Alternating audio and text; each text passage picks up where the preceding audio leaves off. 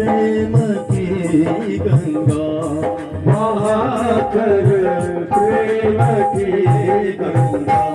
यजमानों का संपूर्ण परिकर आपके हृदय में बैठे दिव्य उस भगवान शिव के श्री चरणों में प्रणाम करता हूँ। भगवान से प्रार्थना करता हूँ प्रभु आप इनके हृदय में हमेशा भक्ति ज्ञान और वैराग्य की स्थापना करें। अंतगत्वा मैं अपने आराध्य देव मेरे बालकृष्ण प्रभु के श्री चरणों में प्रणाम करता हूँ। भगवान से प्रार्थना करता हूँ प्रभु आप अपनी व्यासपीठ ग्रहण करें, भक्तों को अपनी कथा का रसास्वादन करवा करके कृतार्थ करें। प्रभु जी आपका बार बार स्वागत है, बार बार वंदन है, बार बार नमन है। बोलो शंकर भगवान की जय, सियावर रामचंद्र भगवान की जय, पवन पुत्र हनुमान की जय। आइए दैनिक की भांति भगवान शिव की श्री चरणों का ध्यान करते हुए महामृत्युंजय देवता का ध्यान करते हुए प्रभु इस श्रावण मास की इस पावन बेला में अधिक मास के उपलक्ष्य में आपने हम पर बहुत बड़ी कृपा की। जहाँ तक भी मेरी आवाज़ आ रही है वो कृपा करके सभी हाथ जोड़ते हुए भगवान शिव के श्री चरणों में ध्यान करें और इस पावन बेला में हर एक कष्ट भगवान शिव का आपका हरेंगे, ये पूर्णतः विश्वास है और भगवान की यह शिष्य कृपा रहेगी। नमामि शमीशान निर्वाण रूपम विभुं व्यापकं वेद स्वरूपम निजं निर्गुणं निर्विकल्पं तालों की सेवा सीताकाश वासं भजेऽहं निराकार मोकार मूलं तुरीयं गिरा ज्ञान गोतीतमीशं गिरीशं करालं महाकालकालं कृपालं गुणागार संसार पारं नतोऽहं तुषारादृशं काशगौरं गम्भीरं मनोभूतकोटि प्रभाश्री शरीरं सफलमालिकन्दोलिनी चारुगंगा लसद्बालबालन्दुकण्ठे भुजङ्गा चलाकुण्डलम्बो सुनेत्रं विशालं प्रसन्नाननं नीलकण्ठं दयालं मृगाधीशचर्माभरणं मुण्डमालं प्रियं शङ्करं सर्वनाथं भजामि प्रचण्डं प्रकीर्तं प्रगल्भं परेशम् अखण्डं अजं भानुकोटि प्रकाशं शूलनिर्मूलनं शूलपाणि भजेऽहं भवानी पतिं भावगम्यं कलातीत कल्याण कल्पान्तकारी सदा सच्चिदानन्दाता पुरारी चिदानन्द संगोह मोहापहारी प्रसीद प्रसीद प्रभो ममतारी नयावतुमानाथ पादारविन्दं भजन्ति लोके हरे वानराणां न तावत् सुखं शान्ति सन्तापना प्रसीद प्रभो सर्वभूताधिवासम् न जानामि योगं जपं नैव पूजा न कोऽहं सदा सर्वदा शम्भुतोऽहं जराजन्मदुःखोऽगतातव्यमानं प्रभो पाहि आपल् नमामि शम्भो प्रभो पाहि आपल् नमामि शम्भो प्रभो पाहि आपल् नमामि शम्भो रुद्राष्टकम् इदं प्रोक्तं विप्रेण हरतोषये ये पठन्ति नरा भक्त्या तेषां शम्भु प्रसीदति तेषां शम्भु प्रसीदति। शिव महापुराण की सभी भक्तों की सभी संतों की नमः पार्वती पतये हर हर महादेव शंभो। आइए अपने मन और वाणी को पवित्र करें और भगवान के श्री चरणों में अपने हाजिर लगाते हुए प्रभु से प्रार्थना करेंगे। प्रभु आप हम पापियों को तारने के लिए उपस्थित हुए हैं। कहते हैं जहां तक भी कथा की आवाज आती है वहां तक सभी तृप्त हो जाते हैं, तर जाते हैं। ना जाने कितने लाखों कीड़े मकोड़े होंगे, ना जाने कितने लाखों जानवर होंगे, कितने पशु पक्षी होंगे, कितने वृक्ष होंगे, कितनी झाड़ियां होगी जो पूर्व काल के पूर्व जन्म के अपराधों के द्वारा ऐसे जड़ बन चुके हैं। जहां तक कथा की आवाज आती है वहां तक सभी परम पावन हो जाते हैं। तो आइए भगवान शिव से निवेदन करें कि सभी सुखी होवे, सबके घर में अन्न धन रहे और सबके ऊपर आपका आशीर्वाद बना रहे। परम पावन कथा शिव की सुधा रस पान है शिवपुराण। परम पावन कथा शिव की सुधा रस पान है शिवपुराण। परम पावन कथा शिव की सुधा रस पान है शिवपुराण। परम पावन कथा शिव की सुधा रस पान है शिवपुराण। सुधा रस पान है शिवपुराण। सुधा रस पान है शिवपुराण। सुधा रस पान है शिवपुराण। सुधा रस पान है शिवपुराण। सुधा रस पान है शिवपुराण।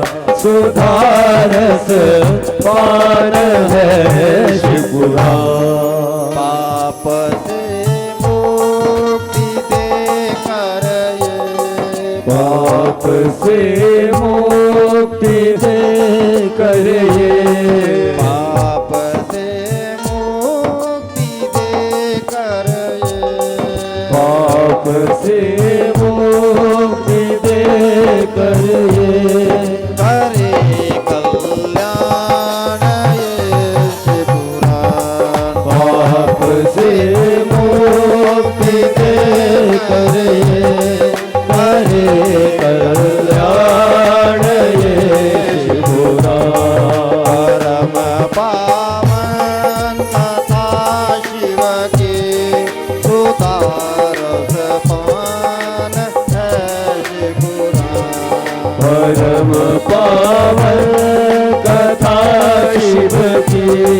सुधारस पान है शिवपुरा।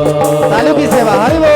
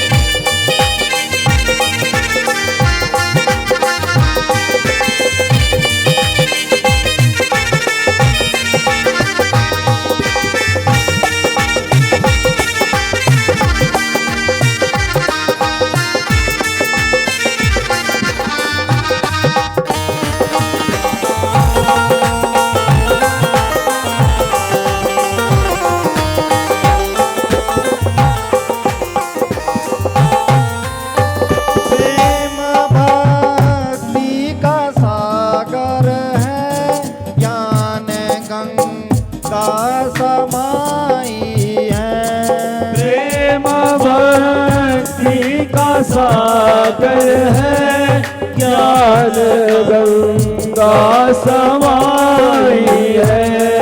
उमा शिव लीला की सुंदर मनोहर झांकी पाई है। मनोहर झांकी पाई है।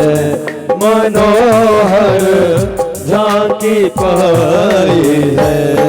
भटकते जीव कलयुग में, भटकते जीव कलयुग में, भटकते जीव कलयुग में, भटकते जीव कलयुग में। ये नैया पार करे शिवपुराण। भटकते जीव कलयुग में, ये नैया पार करे शिवपुराण। परम पावन कथा शिव के सुधारस पान है शिवपुराण।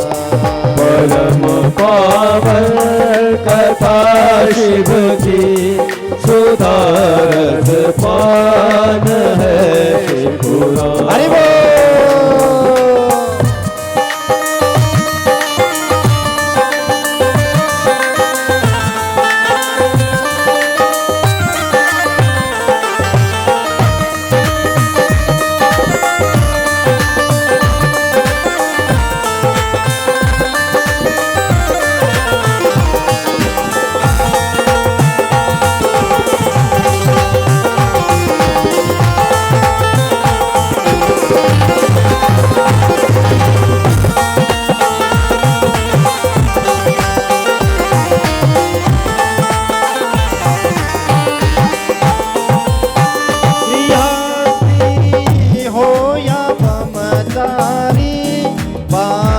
प्रस्ती हो सन्यासी, गृहस्थी हो या ब्रह्मचारी, वानप्रस्थी हो सन्यासी।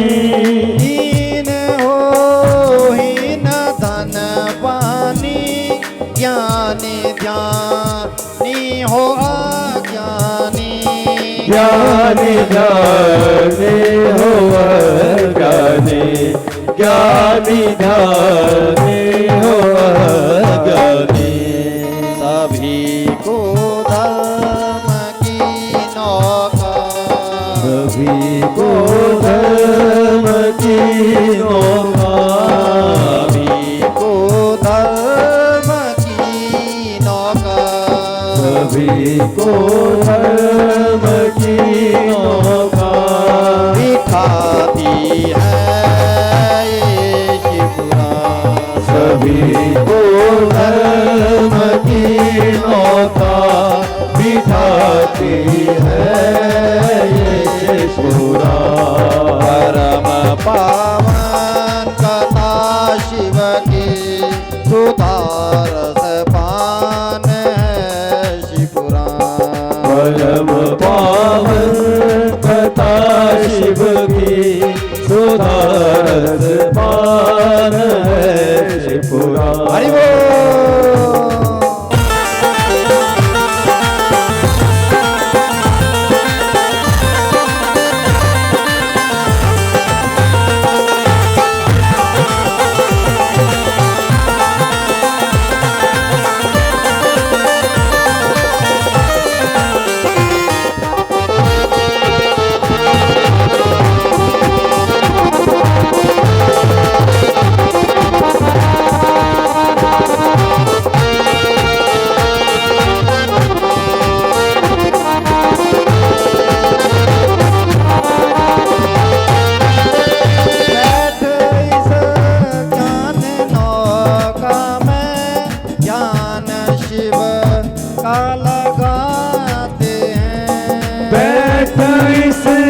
ज्ञान नौका में ध्यान शिव का लगाते हैं। बैठ इस ज्ञान नौका में ज्ञान शिव का लगाते हैं। बैठ इस ज्ञान नौका में ध्यान शिव का लगाते हैं। भाव भक्ति और श्रद्धा से प्रेम मन में जगाते हैं। प्रेम मन में जगाते हैं। प्रेम मन में जगाते हैं। महक श्री व्यास भव दुख से। महक श्री व्यास भव दुख से। महक श्री व्यास भव दुख से। महक श्री व्यास भव दुख से। लगाती बार ये शिवपुरा। महक श्री व्यास भव दुख से। लगाती बार ये शिवपुरा। सुधारस पान है शिवपुरा। सुधारस पान है शिवपुरा। सुधारस पान है शिवपुरा। सुधारस पान है शिवपुरा। सुधारस पान है शिवपुरा। सुधारस पान है शिवपुरा। सुधारस पान है शिवपुरा। सुधारस पान है शिवपुरा। सुधारस पान है शिवपुरा। सुधारस पान है शिवपुरा। भटक दे दीप कलयुग में। भटकते जीव कलियुग में। तड़पते जीव कलयुग में। तड़पते जीव कलियुग में। ये नैया पार करे शिवपुरा। भटकता कथा शिव की सुधारस पान है शिवपुरा। परम पावन कथा शिव की सुधारस पान है शिवपुरा। परम पावन कथा शिव की सुधारस पान है शिवपुरा।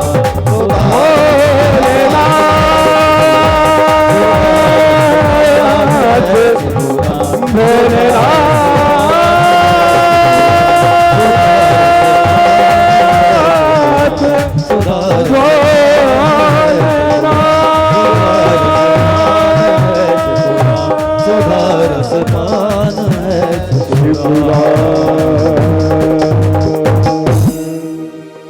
बोले शंकर भगवान की जय हो। व्यासी महाराज की जय हो। शिव महापुराण की जय हो।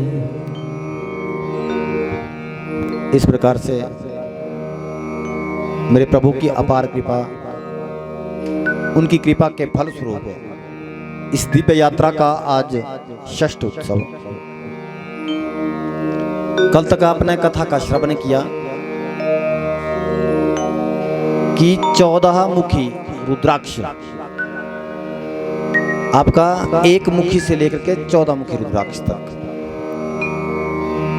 भगवान का वो कौन सा रूप है, उसका आराध्य देव कौन है, क्यों रुद्राक्ष धारण करते हैं और कितना मुखी रुद्राक्ष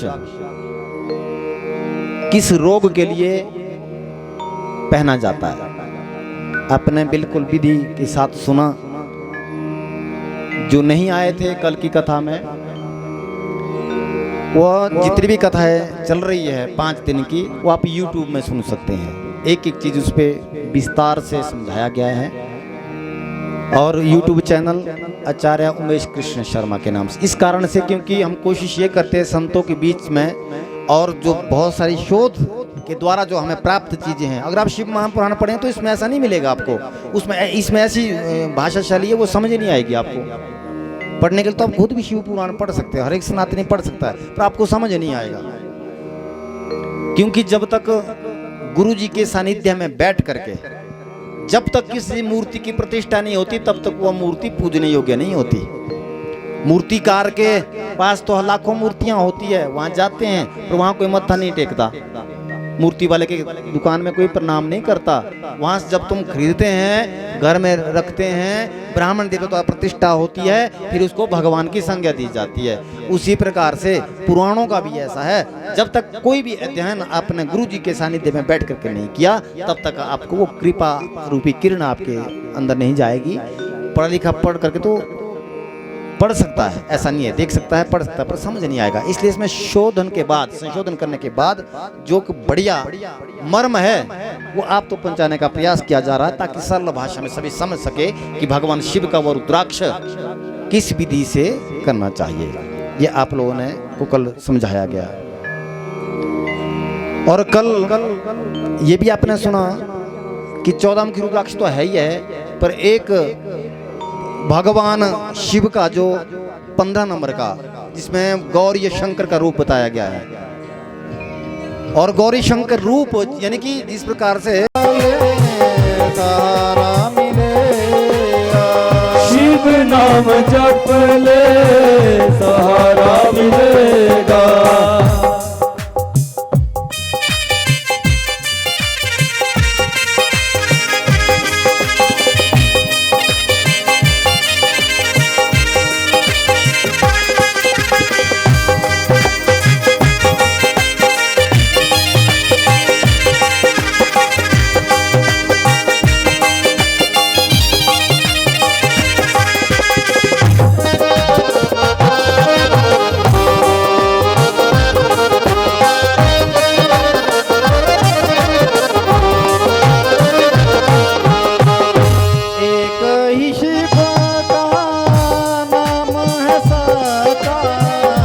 एक ही शिव का नाम है सच्चा, एक ही शिव का नाम है सच्चा, एक ही शिव का नाम है सच्चा।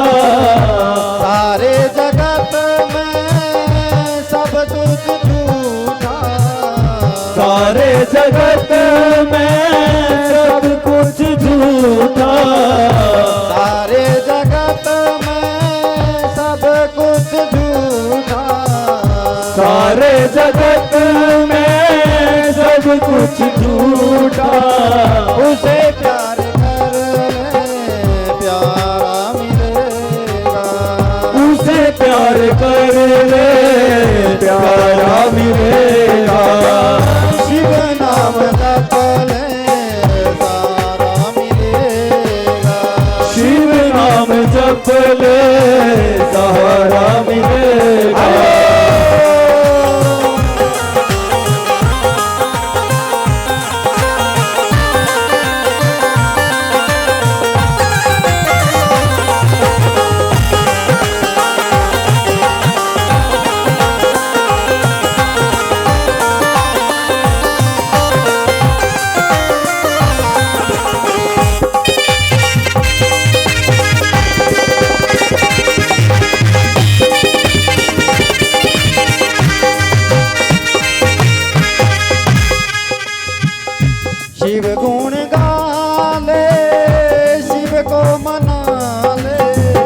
शिव गुण गाले शिव को दयाले, शिव गुण गाले शिव को मनाले, शिव गुण गाले शिव को मनाले, शिव की कृपा से बंदे बिगड़ी बना ले, शिव की कृपा से बंदे बिगड़ी बना ले, शिव की कृपा से बंदे बिगड़ी बना ले, शिव की कृपा से बंदे बिगड़ी बना ले, तुझे तेरी किस्मत का सितारा मिलेगा, तुझे तेरी किस्मत का सितारा मिलेगा, जीवन न तुझको दोबारा मिलेगा,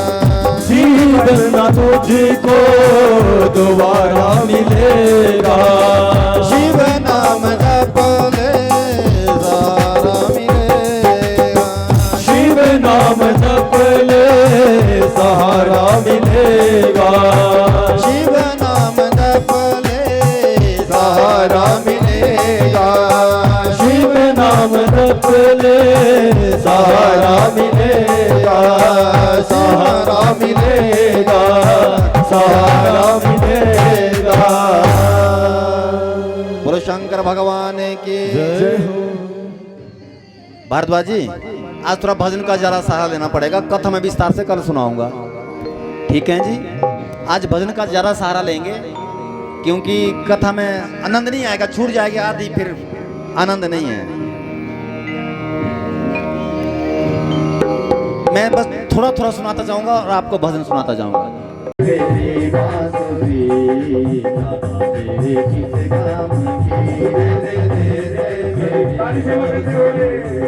राधा तेरे किस काम की, राधा तेरे किस काम की, राधा तेरे किस काम की, राधा तेरे किस काम की, राधा तेरे किस काम की, ओ राधा तेरे किस काम की, राधा तेरे किस काम की, राधा तेरे किस काम की, राधा तेरे किस काम की, दे दे दो दे दे मेरी बांसुरी, राधा तेरे किस काम की, दे दे मेरी बांसुरी, राधा तेरे किस काम की।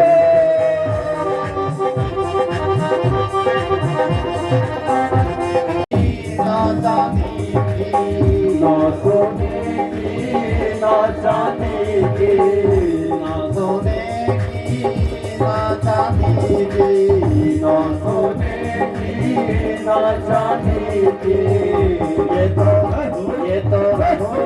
वृंदावन की नगरी, राधा तेरे किस काम की, ये तो वृंदावन की नगरी, राधा तेरे किस काम की, ओ राधा तेरे किस काम की, राधा तेरे किस काम की, राधा तेरे किस काम की, राधा तेरे किस काम की, ओ राधा तेरे किस काम की, राधा तेरे किस काम की, राधा तेरे किस काम की, राधा तेरे किस काम की, दे दे रस दे दे रस, दे मेरी बांसुरी, राधा तेरे किस काम की, दे दे मेरी बांसुरी, राधा तेरे किस काम की।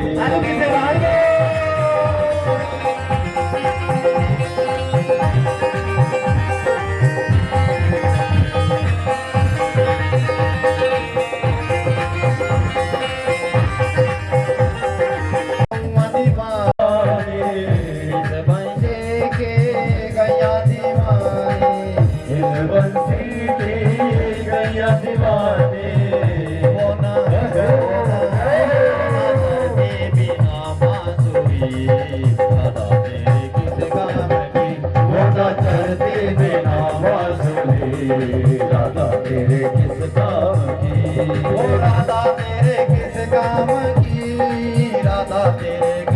काम की राधा तेरे किस काम की राधा तेरे किस काम की राधा तेरे किस काम की राधा तेरे किस काम की राधा तेरे किस काम की राधा तेरे किस काम की दे दे मेरी बांसुरी राधा तेरे किस काम की दे मेरी बांसुरी राधा तेरे किस काम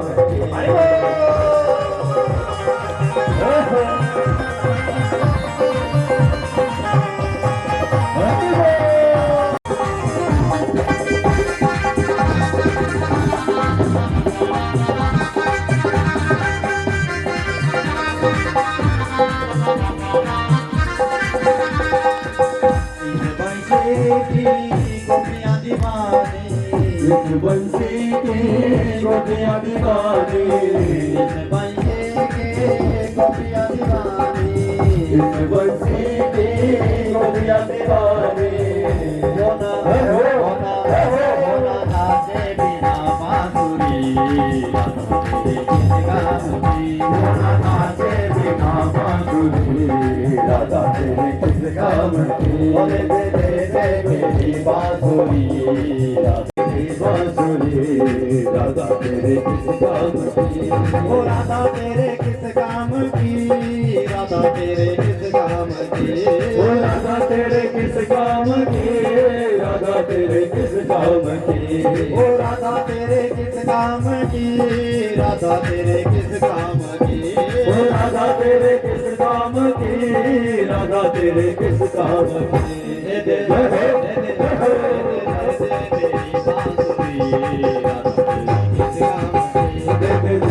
मेरी बांसुरी राधा तेरे किस काम की दे मेरी बांसुरी राधा तेरे किस काम की मेरी बांसुरी राधा तेरे किस काम की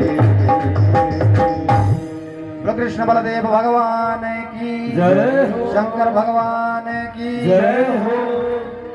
राधा जी का रहस्य राधा जी शिव हैं तेरे दर के सामने दर्शन देगा मेरा कृष्णा मैं खड़ी तेरे सामने दर्शन देगा मेरे कृष्णा मैं खड़ी तेरे सामने कृष्णा कृष्णा मैं पुकारूं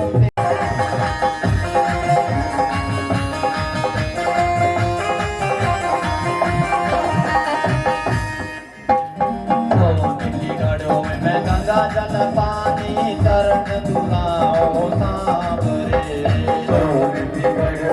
गंगा जल पानी चरण धुलाओ सामने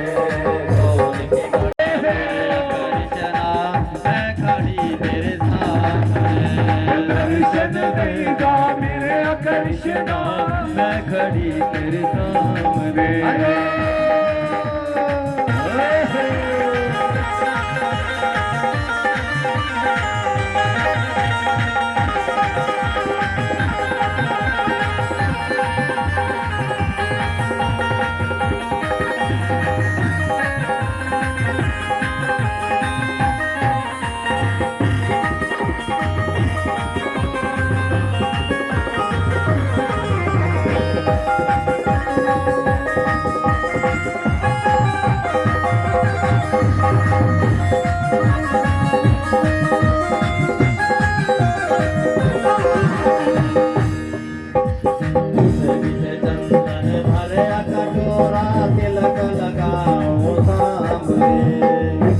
चंदन भरे कटोरा तिलक लगाओ सावरे चंदन भरे कटोरा तिलक लगाओ सावरे चंदन भरे कटोरा तिलक लगाओ सावरे दर्शन देगा मेरा कृष्णा मैं खड़ी मेरा कृष्णा मैं खड़ी तेरे सामने दर्शन देगा मेरा कृष्णा मैं खड़ी तेरे सामने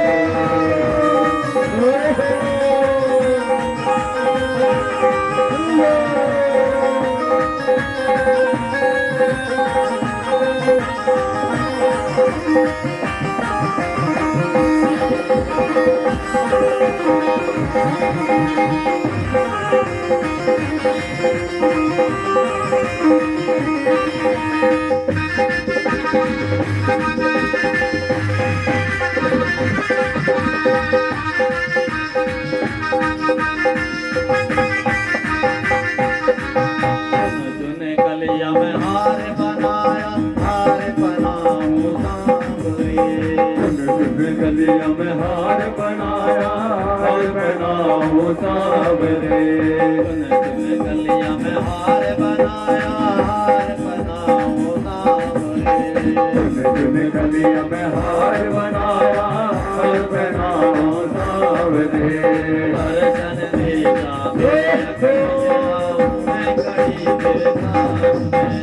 दर्शन देगा मेरे कृष्णा मैं खड़ी तेरे सामने कृष्णा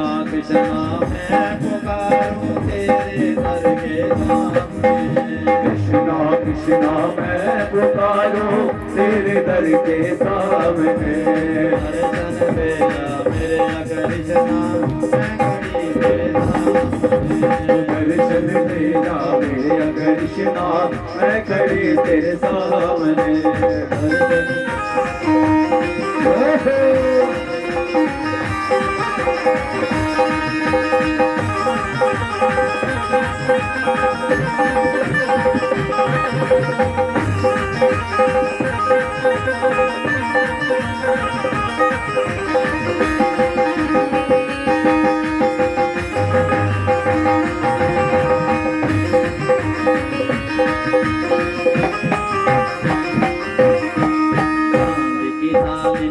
मखन मिश्री भोग लगाऊं सावरे चांद की थाली में मखन मिश्री भोग लगाऊं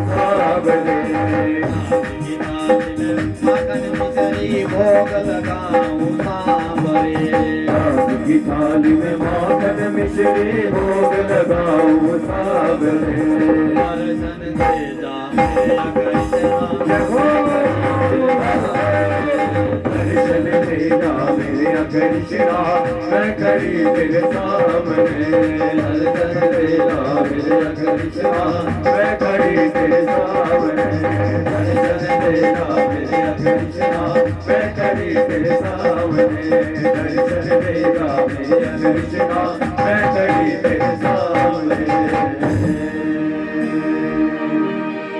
बोलो शंकर भगवान की जय, शिव महापुराण की जय, बलदेव भगवान की जय, श्री अवर रामचंद्र भगवान की जय। इस प्रकार से भगवान श्री शिव गोपी वेश में ब्रज में भगवान श्री ब्रजराज का पूजन करते हैं। ध्यान देना, कभी आप वृंदावन जाओ, वृंदावन जब भी जाओ तो गोपेश्वर महादेव के दर्शन किए बिना मत आना। जहाँ गोपी वेश बना करके भगवान शिव रहते हैं, उसके बिना कहते हैं ब्रज की परिक्रमा, ब्रज के दर्शन, ब्रज की यात्रा सफल नहीं होती। वृंदावन में कहते हैं शिव और शक्ति दोनों रहते हैं, और हर और हरि। हर माने शिव, हरि माने नारायण, ये दोनों ही रहते हैं। क्योंकि ब्रज भूमि भक्तों से तो सिंचित है, लेकिन वो शिव भूमि भी है। हम सोचते हैं कि वृंदावन धाम ठाकुर का धाम है। ठाकुर जी में और शिव में कोई फर्क नहीं। भगवान शिव बोल रहे हैं जहाँ मेरे ठाकुर जी रहते हैं, शिव बोलते हैं वहां मैं जाता हूँ, और ठाकुर जी बोलते हैं जहाँ मेरे शिव रहते हैं वहां मैं जाता हूँ। क्यों?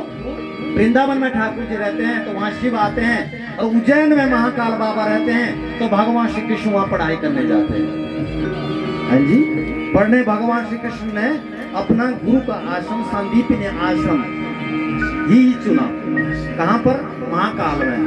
उनको पढ़ाई लिखाई की आवश्यकता नहीं थी, उनको शिव के नाम के गुणगान की आवश्यकता थी। वो मन से उसके कहीं ना कहीं कमी उनको लग रही थी। इस कारण से भगवान श्री कृष्ण ब्रज छोड़ करके शिव के दर्शन करने के लिए, महाकाल बाबा के दर्शन करने के लिए संदीपनी आश्रम उज्जैन पहुंचे। उज्जैनी महाकाल की। और उज्जैन की बड़ी दिव्य भूमि जहाँ मेरे महाकाल बाबा रहते हैं, शिव का ही रूप है। द्वादश ज्योतिर्लिंग में वर्णन आएगा, ध्यान दीजिएगा। जब 12 ज्योतिर्लिंग का दर्शन आप यहाँ पे श्रवण करेंगे कथा का, तो उस समय आएगा वर्णन कि महाकाल बाबा कैसे करके आज भी महाकाल में जाता है, उसकी मृत्यु हो जाती है, ऐसा बोला गया है। महाकाल बाबा साक्षात वहां पर है, ये वहां का गुण है। और भैरव बाबा वहां के प्रत्यक्ष है। भैरवनाथ जी जो आप चढ़ाएंगे सीधा मुंह में, ऐसा कहा गया है। प्याला इत्यादि पी लेते हैं महाकाल बाबा। और मंगलनाथ का मैं आपको अपनी तरफ से नहीं कह रहा हूं, ये मत सोचना कि मैं शोर से डिस्टर्ब हूं तब मैं हर कुछ बोल रहा हूं। ये मत सोचना उधर नाट्य का हल्ला हो रहा कि मैं हर कुछ बोल रहा हूँ, ऐसा नहीं बोलूंगा। मैं यहाँ से प्रमाणित होकर के बोल रहा हूँ। मैं इसलिए छोटी बातें आपको बोल रहा हूँ ताकि आपको, क्योंकि कथा सुनाऊंगा तो आधे शब्द आपसे छूट जाएंगे। और वहां पर महाकाल बाबा की इतनी बड़ी कृपा है, आज भी श्रावण के महीने में जिस प्रकार से राष्ट्रपति भवन में, संसद भवन में सलामी दी जाती है, उसी प्रकार से महाकाल बाबा को भारत सरकार के द्वारा सलामी दी जाती है, तभी वहां की सुरक्षा होती है। अगर ऐसा नहीं करे तो महाकाल बाबा रौद्र रूप में आ जाते हैं। और बड़ा सौभाग्य का बात हुई है, 2016 में वहां पर कथा कहने के भी अवसर मिला और आचार्य विठल जी वहां पर यज्ञाचार्य थे और ओरियम कृष्ण जी 2016 की बात है। वहां का महाकाल बाबा के दर्शन करने का भी अवसर मिला। लगभग 35 दिन या 40 दिन ऐसे रुके थे वहां पर महाकाल बाबा के, और वहां एक एक जगह दर्शन करने का सौभाग्य मिला था।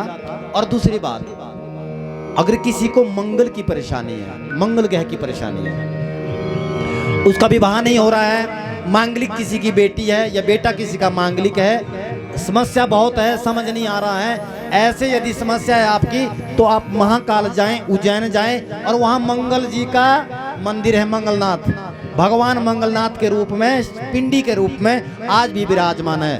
वरदान है मंगल को। आएगी कथा कि कहा कि मैं भोलेनाथ आपकी नगरी में रहना चाहता हूं, तो अवंतिकापुरी में धरती 2 फाड़ हो गई थी और स्वयं शिव मंगलनाथ के रूप में वहां पर प्रकट हो गए थे। वहां एक महात्मा मिले थे, उन महात्मा ने एक एक गुण और रहस्य वहां पर हमें समझाए थे। एक भजन है महाकाल का, उज्जैन का, अब टूटा फूटा जैसा भी है आपको सुनाएंगे। आप लोगों ने बिल्कुल श्रद्धा भाव के साथ सुनते हुए बड़ा आनंद लेना है इस भजन का। बोलो शंकर भगवान की तन कई करी मनक जमारा में, केसर गुल गई कारा में। तन कई करी मनक जमारा में, केसर गुल गई कारा में। तन कई करी मनक जमारा में, केसर गुल गई कारा में। तन कई करी मनक जमारा में, केसर गुल गई कारा में। केसर गुल गई कारा में, केसर गुल गई कारा में।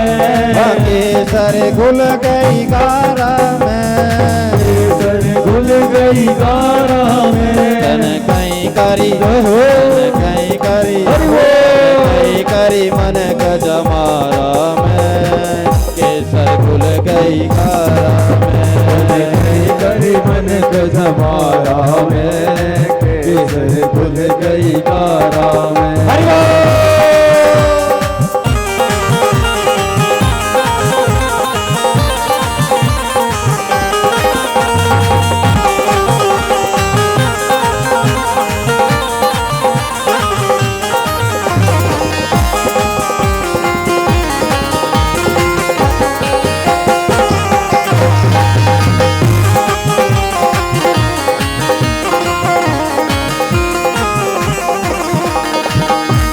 गणी धर भैंसा गणी है, गाय घड़ी धर भैंसा घड़ी है। गाय गणी धर भैंसा गणी है, गाय घड़ी धर भैंसा घड़ी है। तू तो रही गयो, रहो। तो रही गयो, रहो। तो रही गयो गुना के कलारा में, केसर गुल गई कारा में। तू तो रह गयो बहन बघारा में, केसर गुल गयो कारा में। तन कई करी मनक जमारा में, केसर गुल गई कारा में। तन कई करी मनक जमारा में, केसर गुल गई कारा में। हरि बोल।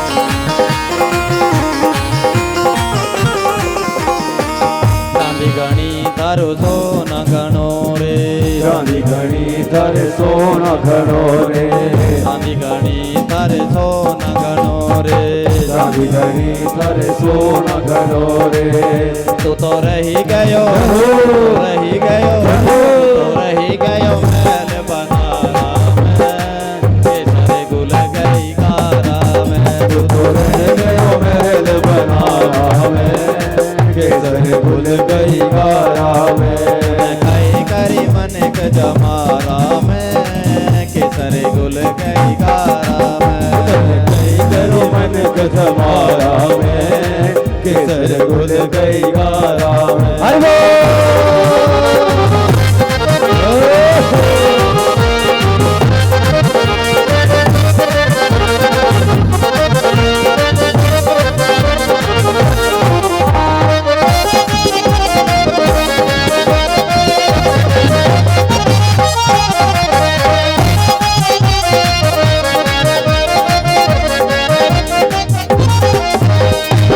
गाँव गयो तो पाण गयो रे गाँव गयो तो पाण गयो रे गाँव गयो तो पाण गयो रे गाँव गयो तो पाण गयो रे तू तो रही गयो रही गयो रही गयो दोना टेका लारा में केसर गुल गई गारा तू तो रह गयो दोना ठिकाना में केसर गुल गई गारा में तन कई करी मनक जमारा में केसर गुल गई गारा में तन कई कर मन जमारा में केसर गुल गई गारा में जमारा में केसर गुल गई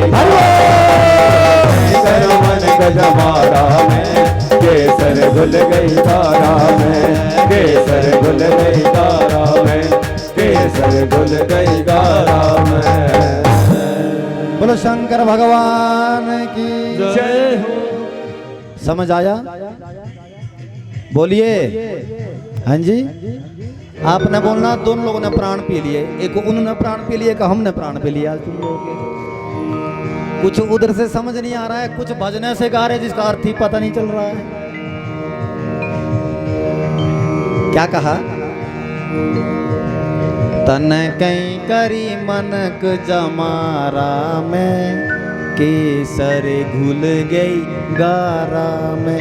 मनक यानी आदमी। आपने आदमी बन करके तूने क्या किया बता? तूने सोचा कि शादी कर ली, बच्चे हो गए। बच्चे तो जानवरों के भी होते हैं, पशु पक्षी के भी होते हैं। तू अपने बच्चों से बड़ा लाड़ प्यार करता है, वो तो जानवर भी करता है। तुमसे बढ़िया प्यार अपने बच्चों से जानवर करता है। अरे तूने मानव देह पा करके क्या कर लिया? तूने एक सुंदर मानव देह चंदन की तरह, जिस प्रकार से चंदन घिसने के बाद आप किसी गारे में यानी कीचड़ में फेंक दे, उसी प्रकार से 84 लाख योनियों में मनुष्य देह जब तुम्हें मिल गई, उस देह से जब तुमने अच्छा कार्य नहीं किया, समझो तुमने चंदन जैसे शरीर को व्यर्थ गवा दिया और आपने उसको कहीं कीचड़ में फेंक दिया। जब व्यक्ति सत्कर्म नहीं करता है, अपराध पे जब लिप्त हो जाता है, ऐसा कहा है। गाय घनी थारो भैंसा घनी रे। तूने गाय भी पाली, जर्सी गाय भी पाली, हाँ भैंस भी पाली, पर तूने सिर्फ दूध का मशीन समझा उनको। गौ और भैंस में तू भेद नहीं कर पाया। तू सोच रहा है गौ से भी दूध ही निकलता है और भैंस से भी दूध ही निकलता है। अगर तुम मानव का अपना धर्म समझता, मानवता समझता, तो वही गौ दूध देने के बाद उसके चरणों में भगवान के भजन करने के बावजूद तुम्हें मोक्ष भी मिल सकता था। लेकिन तूने गौ को सिर्फ मशीन समझा, सिर्फ दूध की मशीन समझा, जिस कारण से तू मनुष्य देह को प्राप्त करने के बावजूद भी संभल नहीं सका। ऐसा इस भजन में बोला गया है। महाकाल नगरी उज्जैन की बात है। और क्या कहा? चांदी घनी थारो सोना घणो रे। तेरे पास सोना बहुत है, चांदी बहुत है, तने चांदी खूब पहना, सोना खूब पहना, लेकिन तू एक छोटा सा चंदन का तिलक लगाने में शर्म करता है। और बहुत बड़ी बात कही, सोना तू बार बार दिखाएगा कि मैंने सोना पहना है, चांदी बार बार दिखाएगा कि मैंने चांदी पहना है। और जिसके पास जितना बड़ा कोई गहना होता है, वो पड़ोसी को ज्यादा दिखाने की कोशिश करता है। बात ठीक है? बोलिए, ठीक है ना? अगर कोई तिलक किसी को पहनने लगाने के लिए बोल दे जिसमें 1 पैसे का खर्चा होता है, उसमें शर्म आएगी। इसलिए कहते हैं तू मनुष्य तो बना, लेकिन तूने मानवता नहीं सीखी, मानवता तूने नहीं जानी। इस कारण से तूने अपने जो मनुष्य देही है तूने ये कीचड़ में गवा दी है। उसके बाद क्या बोला, गांव गए हो तो पौना, हमारे बोलते ना प्रावणा, या बोलते हैं पावना, हमारे ना वो बोलते हैं पौना। वहां पे मध्य प्रदेश की भाषा है ये, महाकाल बाबा की, उज्जैन की। तो वो कहते हैं गांव गए तो पौना गए हो रे। तैने अपनी जिंदगी जो भगवान ने तुझे जिंदगी तपस्या के लिए दी थी, सत्कर्म के लिए दी थी, तू अपने रिश्तेदारी में अपने पाहुणचारी जिसको बोलते ना हमारे, उसी में तैने सारी गवा ली। तैने कभी भी धर्म को, राधा जी की सेवा कर रहे हैं। इसका मतलब माँ पार्वती किसकी सेवा कर रही है, शिव की। किसकी, शिव राधा है ना, यही तो मैं समझा रहा हूं। कृष्ण कौन है, पार्वती, ये मान के चलो। तो किसकी सेवा कर रही है इसमें देखो, कई बार ऐसा सोचते हैं ना कि भाई जैसे भगवान श्री कृष्ण है, परमात्मा है, वो राधा जी के चरण की सेवा क्यों करेंगे, यही तो रहस्य है। वो कह रहे हैं जब पूर्व काल में जो संकल्प है उनका कि हमारा तो रिश्ता ऐसे बना रहेगा, बेशक मैं पुरुष रूप में धरती पर आऊंगी पर सेवा तो मैं प्रभु आपकी करूंगी, क्योंकि आपके कोई माता पिता नहीं है, शिव के कोई माता पिता नहीं है। हाँ जी, राम जी ने तो माँ के गर्भ से अवतार लिया है, कृष्ण जी ने माँ के गर्भ से अवतार लिया है। बेशक वो शिव ही हैं, उसमें कोई भेद नहीं, लेकिन भगवान शिव का कोई पिता नहीं, वो सबके पिता है, वो अनादि काल से हैं और वो महाकाल है, कालों के काल महाकाल है, शिव है। और ध्यान देना, जैसे हर हर हरि की कृपा उज्जैन में है, वैसे हर हर हरि की कृपा काशी में है, वैसे हर हर हरि की कृपा हमारे कृसोग में भी है। कृसोग में भी ऐसी कृपा है। महाकाल हमारे ममलेश्वर महादेव हैं, पंचमुखी महादेव एलेडेश्वर महादेव हैं, शमशानवासी जैसे उज्जैन में है वैसे एलेड में है। और ठाकुर द्वारा बड़ा सुंदर हमारा यहाँ पर है।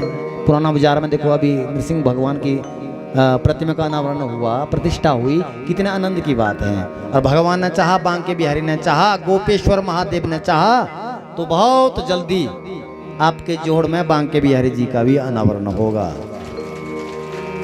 ये बहुत बड़ी कृपा भगवान की, अगर भगवान ने चाहा तो ऐसा बहुत जरूर होगा। और धर्म की रक्षा के लिए, सनातन की रक्षा के लिए, अपनी बहन बेटी की रक्षा के लिए, गौ माता की रक्षा के लिए आप बिल्कुल हम लोगों के साथ जुड़े। हमें आपका धन की आवश्यकता नहीं है, मैंने वहाँ पर भी ये बात कही थी। आप जुड़े श्रद्धा और भाव के साथ। किसी के पास, किसी के रिश्तेदारी में आपकी कहीं जान पहचान हो, जिस बेटी के कोई माता पिता नहीं है या छोटी है, जिसके बेचारे की पढ़ाई लिखाई की समस्या है, तो हम जरूर उसके लिए प्रयास करेंगे उस बेटी के लिए कि उसका जो खर्चा है, हम सभी लोग एक एक दो पैसे, 4 10 रुपए एकत्रित करके उस बेटी के लिए जो हो सके संभव वो हम करने का प्रयास जरूर करेंगे। और बेटी का कन्यादान इत्यादि की भी सेवाएं हमारे बांके बिहारी मंदिर जोड़ में जरूर होगा। बहुत सारे लोगों को तो अभी टेंशन ये है कि पता नहीं घर बन रहा है कि मंदिर बन रहा है। हाँ जी, अरे घर भी बनेगा तो बिहारी जी का ही बनेगा।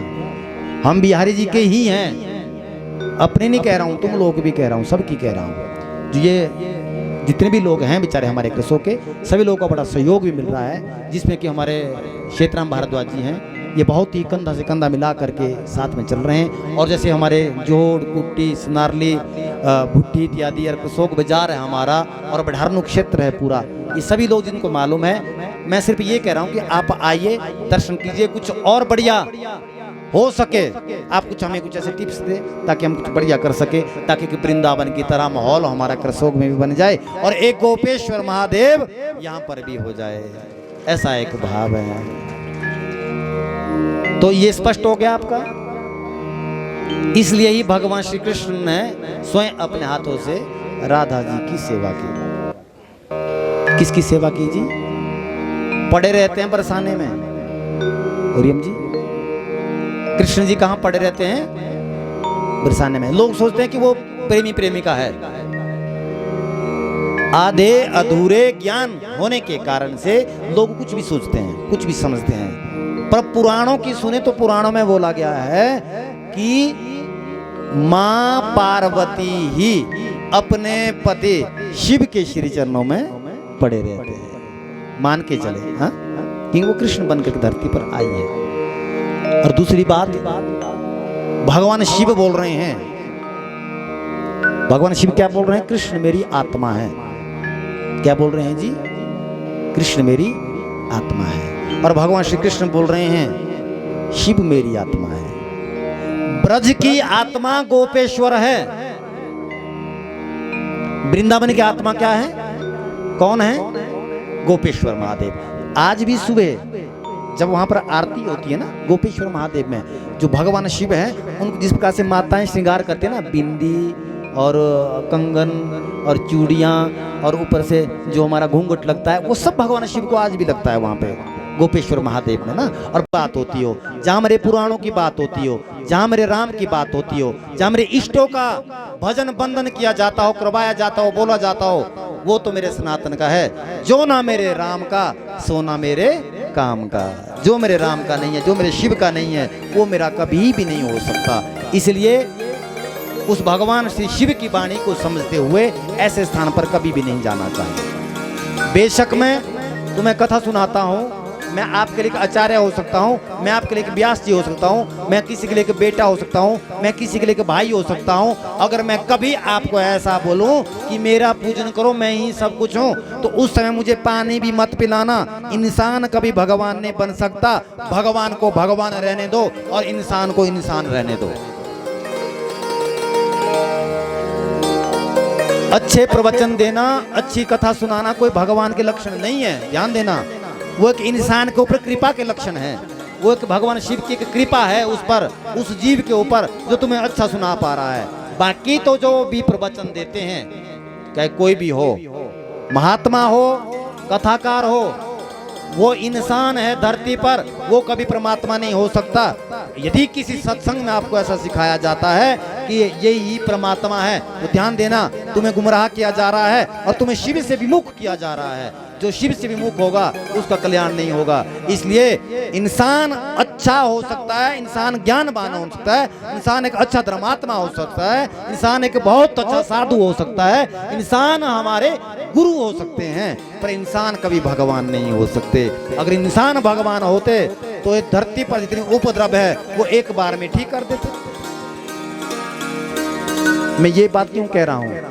दक्षिणी भारत में पकड़ा गया, वहां पर ऐसा हल्ला किया गया था एक बार कि विष्णु प्रकट हो गया, कि विष्णु प्रकट हो, शिव आ गए धरती पर, दुनिया उधर दौड़ गई। बाद में कोई मेरे जैसा मूर्ख मिला, उसने पकड़ा उसको और जहर का एक प्याला दे दिया, अगर तू शिव है तो पी ले। जो अपने को भगवान बोलता है, अगर तो कोई गुरु बोलता है अपने को मैं गुरु हूं, गुरु हो सकता है, और किसने ये बोल दिया मैं ही परमात्मा हूं, ध्यान देना, उसको कम से कम एक शीशी जरूर पिलाना, 2 ढक्कनी पिला देना उसको, क्योंकि भगवान शिव ने, महाकाल बाबा ने, मेरे भोलेनाथ ने, नीलकंठ ने अपना गला नीला करवाते हुए पूर्णतः जहर पी लिया था। ये क्षमता मेरे शिव में है, किसी निशान में नहीं हो सकती। हे शिव के प्रेमियों, हे शिव के बच्चों सनातनियों, मैं आपसे आह्वान करता हूं, भगवान शिव इस बात को बोल रहे हैं, कलिकाल में आप पुराणों का अनुसरण करो, जो भगवान शिव की वाणी पुराणों में है उसके अनुसार चलो, आपको कहीं जाने की आवश्यकता नहीं है।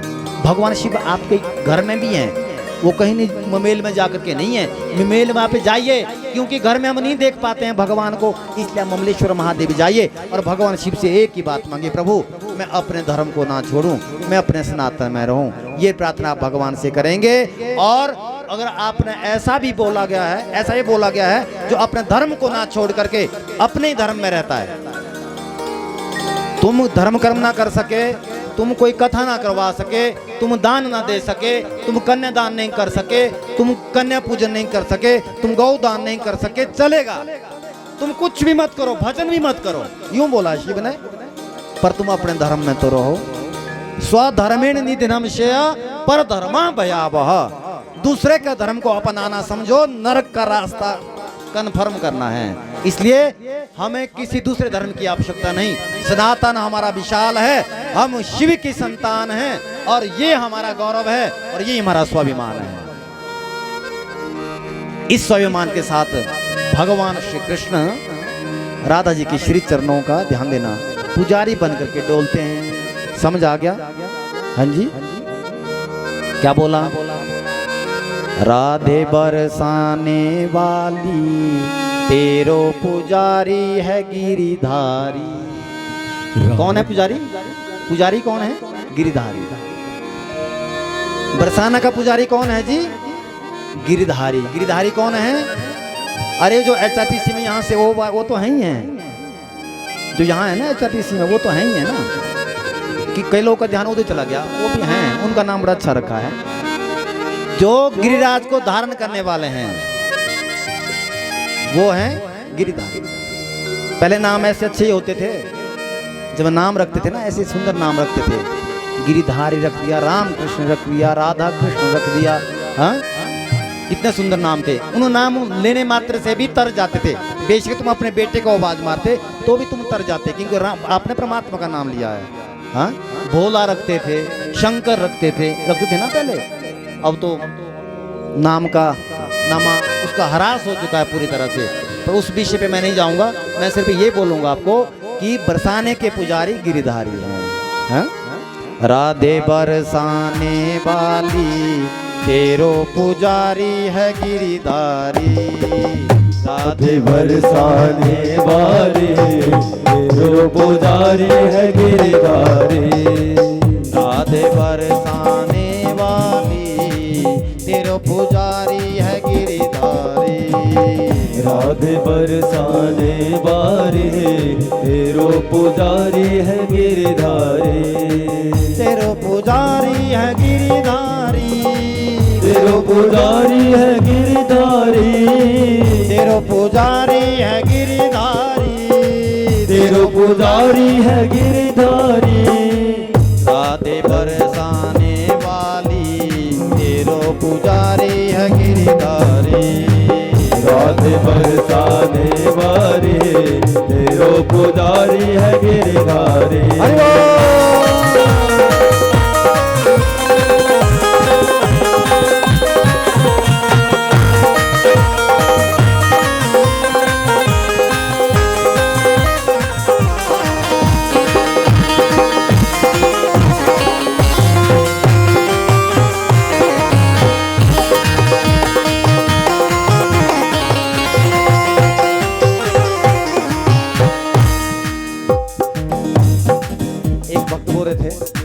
भारद्वाज जी वृंदावन में बोल रहे थे, एक वैष्णव भक्त बोल रहे थे वृंदावन में, कह रहे जो इस भजन में झूमता है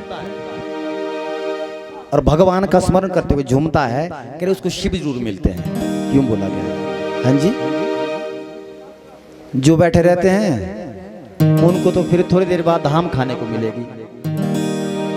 क्या मिलेगी? धाम खाने को मिलेगी। अब तुम धाम के चक्कर में है तो फिर आधा घंटा और है, धाम तो मिल ही जाएगी। पर अगर शिव को चाहेंगे तो आप झूमते हुए भगवान के श्री चरणों में आप हाथ लगाएंगे। तेरी पायलिया पे बाजे मुरलिया। तेरी पायलिया पे बाजे मुरलिया। तेरी पायलिया पे बाजे मुरलिया। तेरी पायलिया पे बाजे मुरलिया। बाजे मुरलिया जी बाजे मुरलिया। बाजे मुरलिया जी बाजे मुरलिया। बाजे मुरलिया जी बाजे मुरलिया। बाजे मुरलिया जी बाजे मुरलिया। छम छम जय हो, छम छम जय हो। छम छम नाचे बनवारी तेरो पुजारी है गिरिधारी। छम छम नाचे बनवारी तेरो पुजारी है गिरधारी। राधे बरसाने वाली तेरो पुजारी है गिरिधारी। राधे बरसाने वाली तेरो पुजारी है गिरधारी।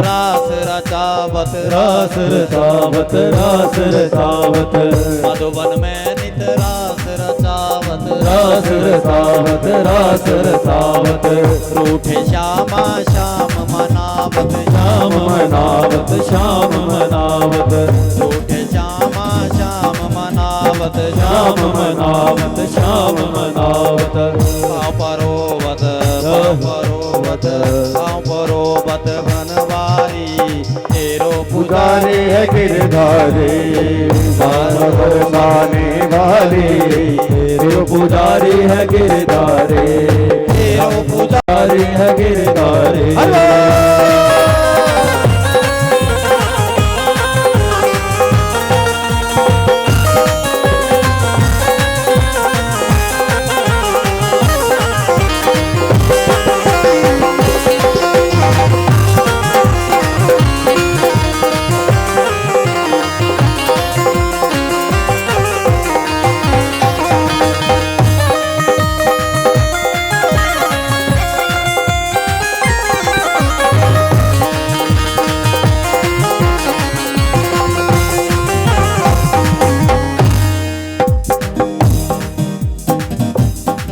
क्या हो गया राधे लागे लागे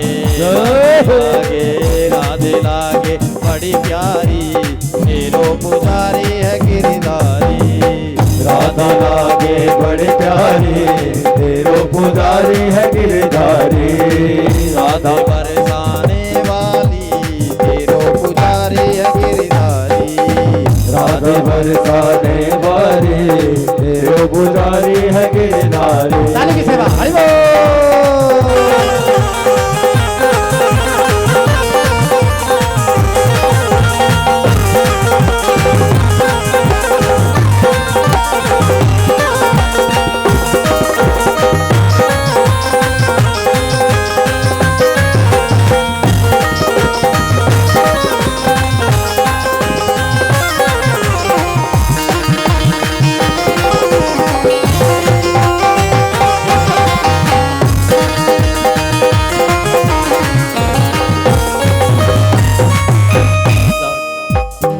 जाके चरण करत नित सेवा करत करत नित सेवा करत नित सेवा जाके चरण करत नित सेवा करत नित सेवा करत नित सेवा ब्रज दर्शन ना होत कलेवा ना होत कलेवा न होत कलेवा ब्रज दर्शन ना होत कलेवा ना हो जारी है गिरधारी राधा बरसाने वाली तेरो पुजारी है गिरधारी तेरो पुजारी है गिरधारी तेरो पुजारी है गिरधारी तेरो पुजारी है गिरधारी तेरो पुजारी है गिरधारी ओ तेरो पुजारी है गिरधारी ओ तेरो पुजारी है गिरधारी ओ तेरो पुजारी है गिरधारी ओ तेरो पुजारी है गिरधारी राधे बरसाने वाली तेरो पुजारी है गिरधारी राधे बरसाने वाली तेरो पुजारी है गिरधारी तेरो पुजारी है गिरधारी तेरो पुजारी है गिरधारी तेरो पुजारी है गिरधारी तेरो पुजारी है गिरधारी तो राधा रानी की जय हो। बरसाने वाली की जय हो। गोपेश्वर महादेव की जय हो। शंकर भगवान की जय हो। नमः पार्वती पतये हर हर महादेव शंभो। आनंद हुआ? हाँ जी, जोर से बोल दो। कुछ उधर से कान बैठ गए हैं, इस कारण से। आइए अब शिव महापुराण में प्रवेश करें। कल तक हमने कथा का श्रवण किया, वो मैं जाना चाहिए। पर ध्यान देना सावधानी के साथ ही, क्योंकि अब इतनी भीड़ होती है कुंभ में। जब हम उज्जैन में थे तो एक दिन में 7 करोड़ पब्लिक थी। कितनी थी? 7 करोड़। सांस लेना भी मतलब मुश्किल लग रहा था। और एक बात कहूं, जो कुंभ में नहीं जा सकते हैं उसको भगवान शिव की कथा 11 दिन तक सुननी चाहिए और उसको चारों जगह के कुंभ का स्नान करने का पुण्य मिलता है। पर शर्त एक ही बात की है, जब आप घर से आओ तो एक ही बात मन में लेकर के आओ, भगवान शिव के पास श्री चरणों में बैठ करके यही बोलो कि प्रभु मुझे पुण्य मिल जाए और तेरे गुण का गुणगान मैं करता रहूं, ये मांग के चलना है। ऐसा लेकर नहीं आना बस कि 1 बजे जाना है, 1 बजे क्या 1:30 बजे जाना है, 1 बजे तो व्यास जी आते हैं, फिर कुछ बोलते हैं, वो मंत्र शंत्र बोलते हैं, जब तो भजन पूरा होगा और उसके बाद हम फिर तो कथा शुरू तब तक पहुंचेंगे। सोचते हैं ना ऐसा तुम लोग? हाँ जी, मत मुकरो। जो सोचता है उनके लिए कह रहा हूँ, हर एक आदमी के लिए नहीं मैं कह रहा हूँ। हाँ, होता है ऐसा? नहीं, अभी नहीं, अभी तो 1 बज रहा है। आपको समय के साथ आकर के यूं ही भगवान के पास बैठना पड़ेगा। और यहाँ आप आ रहे हैं तो अपने पापों को धोने के लिए आए हैं। यहाँ आप शिव महापुराण की कथा सुन रहे हैं तो समझो आप कुंभ का स्नान कर रहे हैं, क्योंकि श्रावण का महीना है, अधिक मास है और भगवान शिव की कृपा से आज पूर्णमासी है, कल शिवरात्रि थी, परसों प्रदोष था। ये सब कृपा हम लोगों पर भगवान शिव की कृपा से हुई है। तो कहा सबसे पहले कुंभ जो ये 4 जगह में लगते हैं, इसके पीछे का कारण है। सबसे पहले एक बार ऐसा हुआ, देवता और दैत्यों का आपस में झगड़ा हुआ। किसका झगड़ा हुआ? दैत्यों और देवता का। कहते हैं जो दैत्य और देवता हैं ये भाई भाई है। क्या है जी? भाई भाई। ये कश्यप ऋषि की संतान है, दीति और अदिति के। भारद्वाज जी कश्यप ऋषि हुए हैं, उनकी 2 पत्नियां हुई। एक है दीति, उसके हुए दैत्य, दीति के, और जो अदिति है उसके हुए दैत्य, आदित्य। आदित्य बोलते हैं देवता को। ध्यान देना, ऐसा क्यों हुआ? एक ही ऋषि की 2 संतानें कैसे हुई? कह रहे इसके पीछे कारण ये रहा कि जो अदिति है वो कथा सुनती थी, धर्म में चलती थी, कथा के प्रताप के द्वारा उसके वंश में देवता पैदा हुए। कथा तुम्हें क्या देगी? कथा तुम्हें संतान ऐसी देगी जो राम जैसी हो, जो सेवा करने वाली हो, कथा तुम्हें ये देगी। कई बार हम इसको बड़े हल्के में लेते हैं, कथा तो बहुत जगह हो रही है जी, हो तो रही है, पर तुम्हें क्या मिला उस कथा से? बताओ, तुमने कौन सा संकल्प लेके गए थे तुम, और तुम्हें कौन सा फायदा उससे हो रहा है? फायदा सब कुछ होता है, तो शर्त इस बात की कि हम अपने मन से नहीं सुन पाते। हमारा कोई लक्ष्य नहीं है कथा सुनने का भी। कथा सुनने का भी एक लक्ष्य होना चाहिए कि इस भाव से, इस श्रद्धा से मैं जाऊं।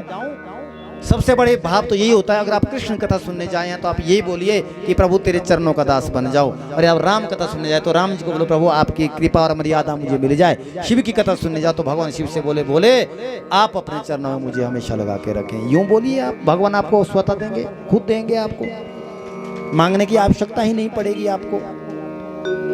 अब वो जैसे ही आपस में झगड़ा हुआ, जब दीति के दैत्य हुए और अदिति के देवता हुए, आपस में झगड़ा हो गया। अदिति के देवता हुए सत्कर्म के द्वारा, कथा के द्वारा, और दीति के जो दैत्य हुए हैं वो हुए हैं व्यसनों के कारण से। ध्यान देना, व्यक्ति को कहा गया है सायंकालीन बेला में आहार, मैथुन, शय्या, स्वाध्याय, ये 4 चीजें शाम के वक्त नहीं करनी चाहिए। भोजन शाम के वक्त नहीं करना चाहिए। शाम किसको बोलते हैं? अभी अभी सूर्य डूबा है, अभी अभी डूबा है, ना अंधेरा है ना उजाला है, उसको सायंकालीन बेला बोलते हैं। उस बेला में कभी भी भोजन नहीं करना चाहिए। जो भोजन करता है उसको व्याधि लगती है, बीमारी लगती है, भयंकर बीमारी लगती है जो सायंकालीन बेला में भोजन करता है। व्रत है आपके तो सूर्य के साथ भोजन करें। सूर्य जब तक नहीं डूबे उनके साथ ही, सूर्य धार बिल्कुल बैठ रहे हैं धार पे, उस समय आप भोजन कर ले। और कहते हैं आहार, मैथुन, संसारिक कर्म सायंकालीन बेला में नहीं करना चाहिए। भगवान शिव बोलते हैं जो संसारिक कर्म सायंकालीन बेला में करता है उसके यहाँ दैत्य प्रकट होते हैं। और दीति ने यही किया जिस कारण से दैत्य प्रकट हुए उसके यहाँ। शय्या, सायंकालीन बेला में कभी भी व्यक्ति को सोना नहीं चाहिए। हाँ जी, जो सायंकालीन बेला में सोता है उस व्यक्ति के यहाँ अन्न और धन और मन तीनों ही चीजें नष्ट हो जाती है।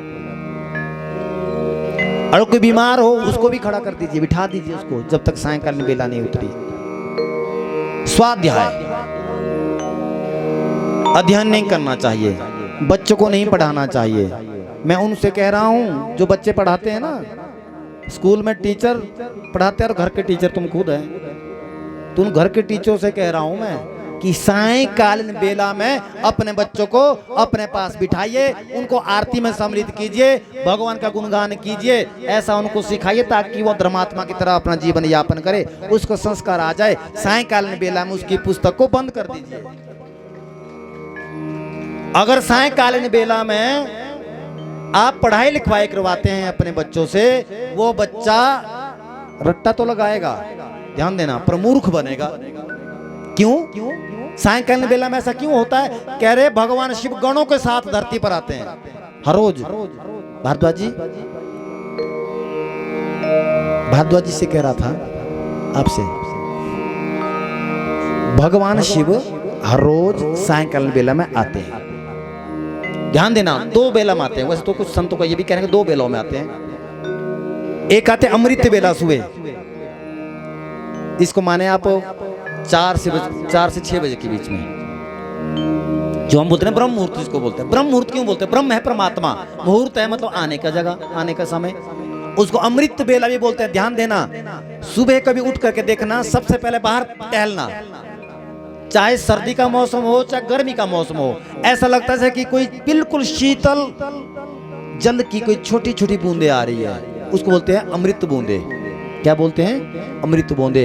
भगवान शिव अपनी जटाओं को खोलते हैं सुबह, प्रातःकालीन बेला में खोलते हैं जटाओं को, और उसकी फुहार गिरती है उस गंगा की धरती पर, जिसको अमृत बोला गया है। जो अमृत समुद्र मंथन से मिलता है, वही अमृत सुबह सुबह उठने के बाद मिलता है, ऐसा बोला गया है। तुम्हारे पास कोई काम नहीं है, पर सुबह जल्दी उठ करके एक बार टहल के आ जाओ, अमृत ग्रहण करके आ जाओ। बेशक तुम उसके बाद शयन कर लो, अगर तुम्हारे पास कोई काम नहीं है, पर सुबह उठ करके आप अमृत की बूंदे लीजिए। और सायंकालीन बेला में भी भगवान शिव आते हैं, उस समय बोलते हैं धरती पर सिर्फ भगवान का गुणगान होना चाहिए, भजन होना चाहिए। इसलिए तो शाम को आरती करते हैं, यही तो कारण है, हमारे पूर्वजों ने हमें सिखाया है, क्योंकि भगवान शिव गणों के साथ आते हैं। और भगवान शिव गणों को बोलते हैं, जो व्यक्ति धर्म को त्याग कर मन गढ़ धर्म को चला रहा है, उसके ऊपर तुम दंडित करो, उनको दंडाधिकारी की तरह आते हैं। इसलिए सायंकालीन बेला में 4 चीजें नहीं करनी चाहिए। समझ आ गया? हाँ जी, नहीं करनी चाहिए। इससे क्या हो गया? ये 4 चीजें अपनाई दीति ने, दैत्य प्रकट हुए, एक बड़ी फौज दैत्य की प्रकट हो गई, और अदिति ने कथा सुनी, धर्म किया, जिस कारण से देवता प्रकट हो गए।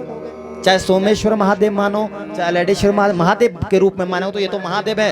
अगर आप इनको देवता भी मानेंगे तो ये माँ अदिति के गर्भ से उत्पन्न हुए हैं। जितने भी देवता धरती पर हैं, माँ अदिति की संतान है। आपस में झगड़ा हो गया इनका, पर देवताओं का पक्ष हमेशा परमात्मा लेते हैं, क्योंकि वो धर्म की ओर चलते हैं। कहते जो व्यक्ति धर्म का रास्ता पकड़ता है, भगवान उसके साथ होते हैं। जो सत्य का मार्ग पकड़ता है, भगवान उसके साथ होते हैं। एक दिन क्या हो गया, शुक्राचार्य के पास गए दैत्य ने शुक्राचार्य से कहा, अपने गुरुजी से, कि प्रभु जब भी हमारा झगड़ा होता तो हम मारे जाते हैं, क्या करना चाहिए? कह रहे ऐसा करना चाहिए, जब तक व्यक्ति अमृत ना पिए तब तक व्यक्ति अजरामर नहीं हो सकता। तो क्या करना पड़ेगा? कह रहे हैं तुम लोगों को आपस में मित्रता करनी चाहिए, दैत्य और देवताओं में। यूं बोला, दैत्य और देवता को बोला तुम आपस में मैत्री करो, समुद्र मंथन करो, अमृत मिलेगा, अमृत का पान करो, फिर तुम चाहे झगड़ा करो, चाहे मरो, लड़ो, कुछ भी हो, तुम्हारे प्राण नहीं छूटेंगे। मन में बैठ गई ये बात, कह रही ये तो बहुत अच्छी बात है। समुद्र मंथन करने लगा। समुद्र मंथन, दैत्य और देवताओं की आपस में मैत्री हो गई। मंदराचल पर्वत को उठाया, समुद्र में डाला, बासुकी नाग को बुलाया, उसकी रस्सी बनाई, जिस प्रकार से हम दधि मंथन करते हैं ना, अपने घरों में करते हैं ना मधानी में, उसी प्रकार से बासुकी नाग की रस्सी बना करके मंदराचल पर्वत में बांध करके, यूं करके एक तरफ से दैत्य, एक तरफ से देवता बासुकी नाग को पकड़ करके मंथन करने लगे। आपने समुद्र मंथन की कथा बहुत बार सुनी है, पर मैं आपको थोड़ा सा अलग तरीके से सुनाऊंगा, जो शिव महापुराण में है। अब जैसे ही समुद्र मंथन होना प्रारंभ हुआ, सबसे पहले विष निकला। क्या निकला जी? जोर से बोलेंगे विष निकला। और एक बात कहूं, समुद्र मंथन किस लिए कर रहे थे? अमृत प्राप्ति के लिए। निकला क्या? जोर से बोलेंगे विष। जब आप इस धरती पर कलिकाल में धर्म का कार्य करने की कोशिश करोगे तो आपके परिवार से, आपके रिश्तेदारी में से कहीं ना कहीं से आपके अंगेस्ट विष जरूर निकलेगा पहले, तभी जाके समुद्र मंथन पूरा होगा। ध्यान देना। जब अगर आपने ज्यादा भजन करने या माला भी ले ली ना, आपने ज्यादा माला में आपने जाप करने लग गए, अगर अपने भगवान का ज्यादा नाम लेना शुरू कर दिया ना, तो आपको विष निकालने वाले बहुत सारे रिश्तेदार आपके बीच में से ही होंगे। आगे बड़ी माला जाप करने वाली, आगे बड़े मंदिर जाने वाली, ये आपको सब सहन करना पड़ेगा। अगर आप ये सहन कर लिया तो अमृत जरूर निकलेगा। अगर आप इसको सहन नहीं कर पाए तो फिर विष पी के जाना पड़ेगा। इसलिए घबराने की बात नहीं है। अगर आप धर्म में निकले हैं, हाँ, मुझे है काम ईश्वर से, जगत रूठे तो रूठन दे, ये भाव होना चाहिए आपके अंदर। अब विष निकला कहाँ, क्या करे इसका? ध्यान देना। भगवान भोलेनाथ की शरण में गए, दैत्य देवता दोनों। विष का वह कलश लेकर के पहुंचे भगवान शिव के पास। भगवान शिव ने बोला, हाँ, सनातन की रक्षा के लिए, धरती की रक्षा के लिए, सृष्टि की रक्षा के लिए यदि मुझे विष पीना पड़े तो मैं पीऊंगा। ध्यान देना। भूत बावन भोलेनाथ प्रभु ने जीव प्राणियों की रक्षा हेतु तो विष प्राप्त, यानी कि विष ने पी लिया था भगवान शिव ने। कई लोग ऐसा भी कहते हैं, संत ऐसा भी कहते हैं कि जब दैत्य देवता उस विष के कलश को ले जा रहे थे तो कुछ छींटे धरती पर गिर गए थे। क्या गिरे थे? धरती पर छींटे धरती पर गिर गए थे उस विष के, जिस कारण से विषैले जीव धरती पर पैदा हो गए, सांप इत्यादि। और कुछ खतरनाक जड़ी बूटियां ऐसी है कि गाय खा लेती है तो मर जाती है। कुछ कीड़े ऐसे पैदा हो जाते हैं कि इंसान को डंक मार ले तो मर जाता है। कि ऐसे जो जीव है वो धरती पर उस कारण से ही प्रकट हुए थे, उस विष के छींटे के कारण से। भगवान शिव ने विष पी लिया, समुद्र मंथन होने लगा, गौ माता प्रकट हुई। कौन प्रकट हुई जी? गौ माता कहां से प्रकट हुई है? समुद्र से। कहां से? समुद्र से। ध्यान देना। गौ माता समुद्र की बेटी है। कपिला नाम की गौ माता प्रकट हुई, राजा इंद्र को सौंपी। राजा इंद्र को कल्प वृक्ष उत्पन्न हुआ, स्वर्ग में स्थापित कर दिया। ध्यान देना। और मंथन करते करते वैसे 14 रत्न निकले हैं, उसमें से माता लक्ष्मी भी समुद्र से निकली है। कहां से प्रकट हुई है? समुद्र से। माता लक्ष्मी समुद्र से प्रकट हुई है। और कहते हैं, एक महात्मन कह रहे थे हमसे, किसी पुराण में कह रहे वर्णन आया है कि लक्ष्मी के साथ साथ, लक्ष्मी के बाद कह रहे हैं झाड़ू भी, झाड़ू जो लगाते हैं ना, झाड़ू, कह रहे ये भी समुद्र से उत्पन्न हुआ है। और हमारे यहाँ कृषि पुराण में तो ऐसा वर्णन नहीं है, पर महात्मा ने कहा है कि किसी पुराण में ऐसा लिखा है कि जो झाड़ू है ये देवी स्वरूपा है। इसलिए बोलते हैं कि शाम के वक्त झाड़ू नहीं लगाते, बोलते हैं ना। और बोलते हैं कि रात को झाड़ू नहीं लगाते। और हमारे यहाँ ऐसी भी लोक परंपरा है कि कुछ लोग ऐसा मानते हैं कि झाड़ू को हर कहीं नहीं फेंकते, झाड़ू को कई लोग ऐसे ही मानते हैं कि झाड़ू को खड़ा करके नहीं रखते। कई लोग ऐसा भी सोचते हैं कि झाड़ू को पाँव नहीं लगाते। ऐसा है क्या यहाँ पे भी? बोलिए। इसका मतलब कुछ कारण है। कुकर को ठोकर लगा देते हैं जिसमें चावल बनते हैं, भात बनता है, दाल बनती है, पर झाड़ू में नहीं लगाते पाँव। इसका मतलब कुछ तो है। और कहा है कि वायव्य संहिता में वर्णन आया है इसका, यानी वायु पुराण में। कह रहे ये समुद्र से लक्ष्मी के बाद ही झाड़ू उत्पन्न हुआ था। सबसे पहले उठ करके कह रहे झाड़ू ही लगना चाहिए। सुबह अगर ब्रह्म मुहूर्त में आपका, ब्रह्म मुहूर्त के बाद तुरंत आपका झाड़ू लग गया, समझो लक्ष्मी जी सुबह सुबह आपके घर आ जाएगी। लक्ष्मी जी का आवाहन है सुबह सुबह झाड़ू लगाना। और दूसरी बात क्या कही? झाड़ू को कभी भी, ध्यान देना, बिना वस्त्र के नहीं रखना चाहिए। वायु पुराण में बोला है बिना वस्त्र के। तो क्या करें? अगर आपने झाड़ू लगा दिया, झाड़ू लगाने के बाद कहते हैं कि उसको लाल कपड़ा बांध करके एक ऐसी सुरक्षित जगह रखना चाहिए जहां पांव इत्यादि, गंदगी इत्यादि ना हो, उस जगह पर झाड़ू रखना चाहिए। एक झाड़ू ऐसा रखिए जो आप घर का हम रोज झाड़ू लगता है, उस लाल कपड़ा कितना सा आएगा, बांध लीजिए उसमें रख लीजिए। कहते उसके घर में कभी भी लक्ष्मी रूठ करके नहीं जाएगी, लक्ष्मी की कृपा उस व्यक्ति के ऊपर हमेशा बनी रहेगी। और दूसरी बात, जब भी आप झाड़ू लगाएं, आपके रसोई घर में, खासकर गांव में जो चूल्हे इत्यादि में भोजन बनाते हैं, अगर आपके पास जूठा इत्यादि गिरा है, उस जूठे को कभी भी जहां अग्नि जल रही हो उसमें नहीं डालना चाहिए। और केले के छिलके इत्यादि कभी भी गौ माता को नहीं खिलाने चाहिए। छिलके नहीं खिलाने, केला खिलाइए, क्योंकि पता नहीं कैसे जूठे मुंह से तुमने खा लिया। जूठा कभी भी गौ माता को नहीं खिलाना चाहिए। अगर तुम वास्तव में धर्म पे पथ पे चलना चाहते हैं, इस कारण से ऐसा नहीं करना चाहिए। मंथन चलता रहा, मंथन चलते करते करते अमृत निकला। जैसे अमृत निकला, अहम पूर्वम दैत्य देवताओं, फिर झगड़ा हो गया। हम पहले पिएंगे, हम पहले पिएंगे, हम पहले पिएंगे, हम पहले पिएंगे, आपस में झगड़ा हुआ। झगड़े को देख करके भगवान शिव ने विष्णु को इशारा किया। भगवान विष्णु को बोला कि देखो ऐसा है, ये अमृत है, ये दुर्लभ है, ये सबको नहीं मिलता, ये पात्र को ही मिलना चाहिए। किसको मिलना चाहिए? पात्र को। पात्र कौन है? कह रहे जो भगवान के प्रति श्रद्धा और भाव से समर्पित है, वही पात्र है। तो वो है देवता। देवता को ही अमृत मिलना चाहिए। कह रहे दैत्य ने तो साथ में पूरी तरह से प्रयास किया है, वो भी तो मंथन में साथ थे, तो उनको कैसे हम अलग करेंगे? कह उनको अलग नहीं करना है। विष्णु जाओ, तुम अपने लीला के द्वारा उनको भ्रमित करो। भगवान विष्णु क्या है? लीला पुरुषोत्तम है।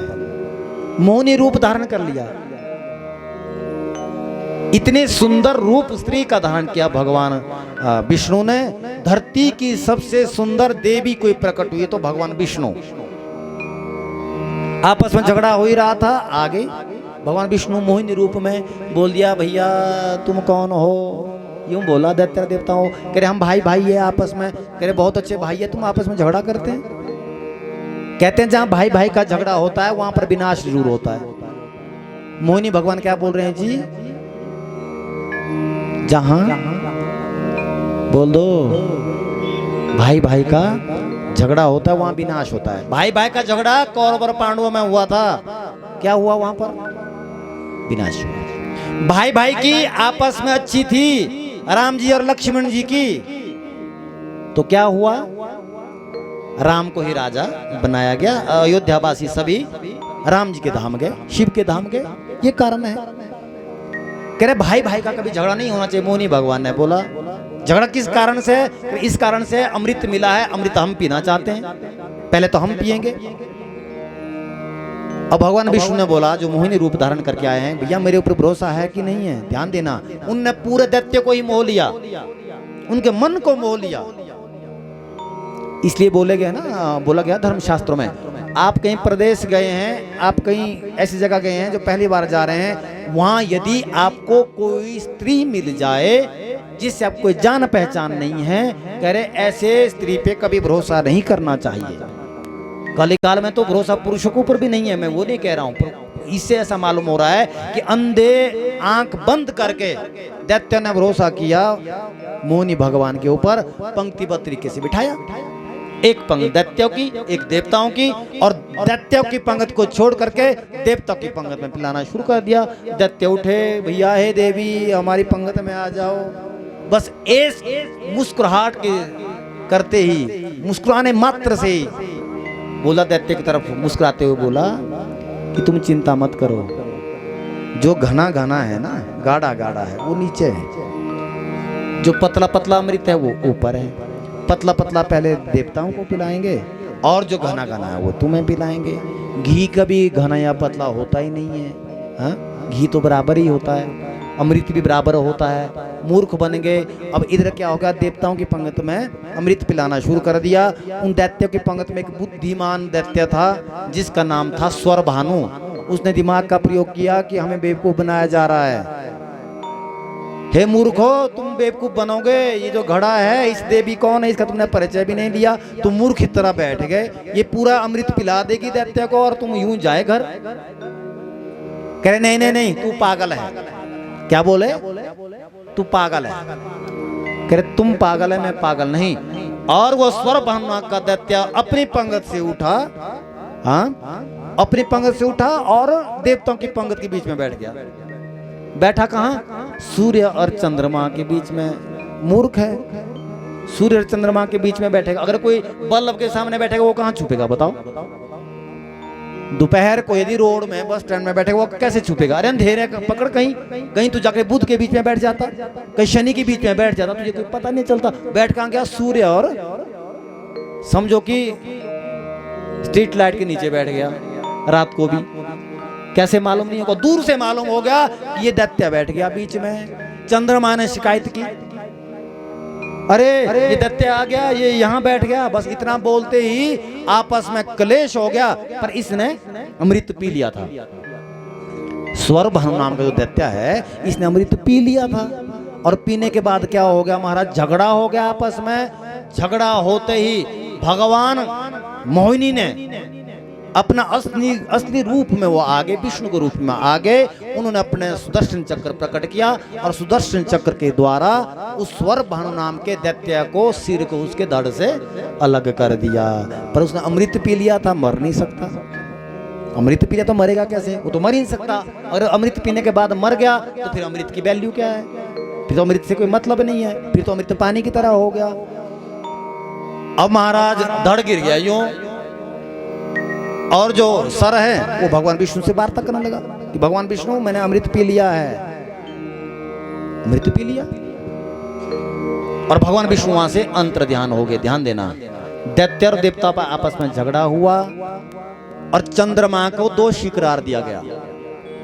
क्या दिया गया जी? चंद्रमा को दोषी करार दिया। चंद्रमा शिकायत ना करता।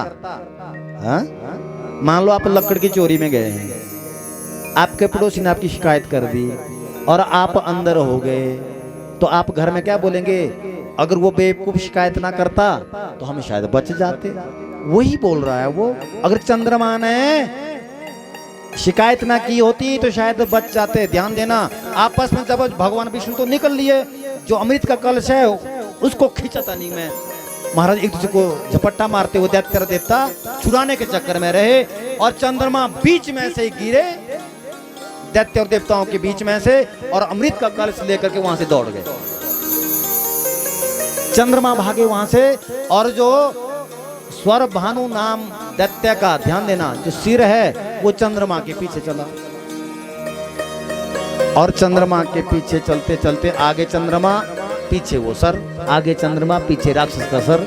दौड़े दौड़े दौड़े दौड़े कहां पहुंचे? महाराष्ट्र पहुंचे।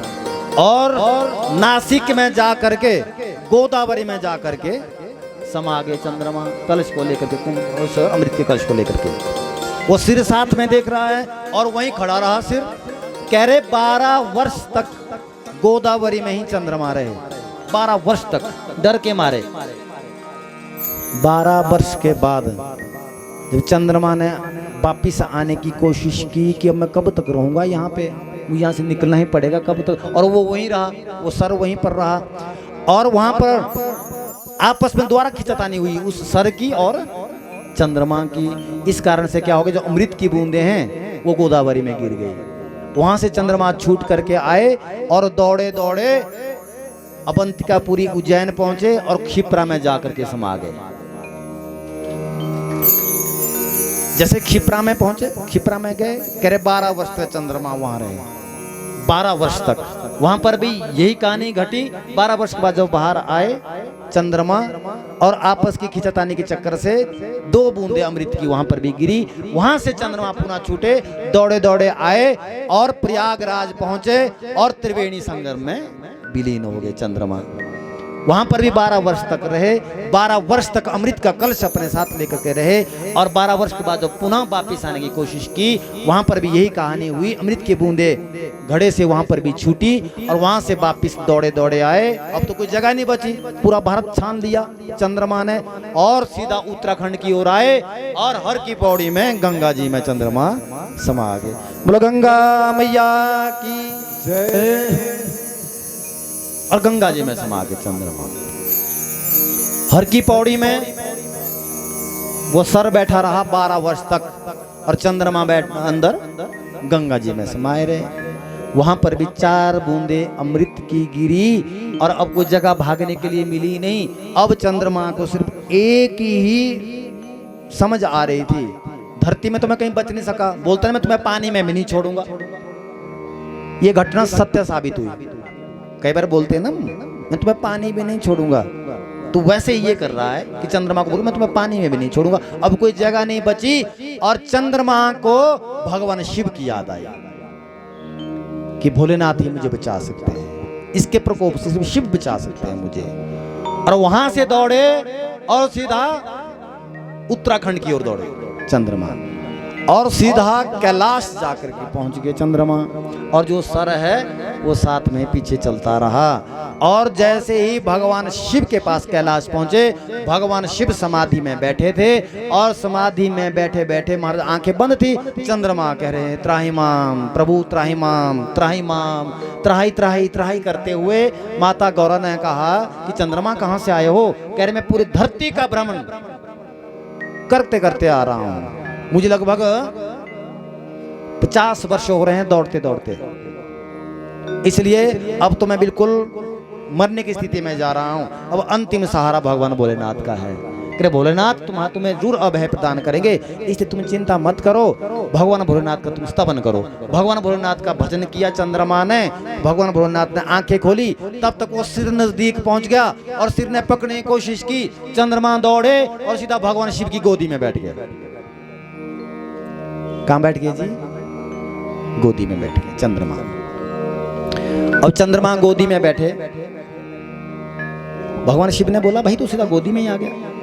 कहे प्रभु मुझे जगह नहीं मिली कोई भी, सब दरवाजे जब बंद हो जाते तो तुम्हारे घर का तुम्हारे मंदिर का दरवाजा ही तो खुला रहता है। जब व्यक्ति को कोई समझ नहीं आए, जब धरती के सब ध्यान देना, जब गृहस्थ में पूरी तरह से व्यक्ति जर्जर हो जाता है, चारों दिशा से जब उसको निराशा हाथ लगती है, उस समय ये कथा याद आती है। ये कथा का सारा उस समय मिलता है, शिव का सारा उस समय मिलता है। भोलेनाथ मैं आपकी शरण में हूं। तब तक वो जो सर है वो रोने लगा, जो सिर चल रहा ना पीछे साथ में स्वर भानु नाम का दैत्य का, वो रोने लग गया।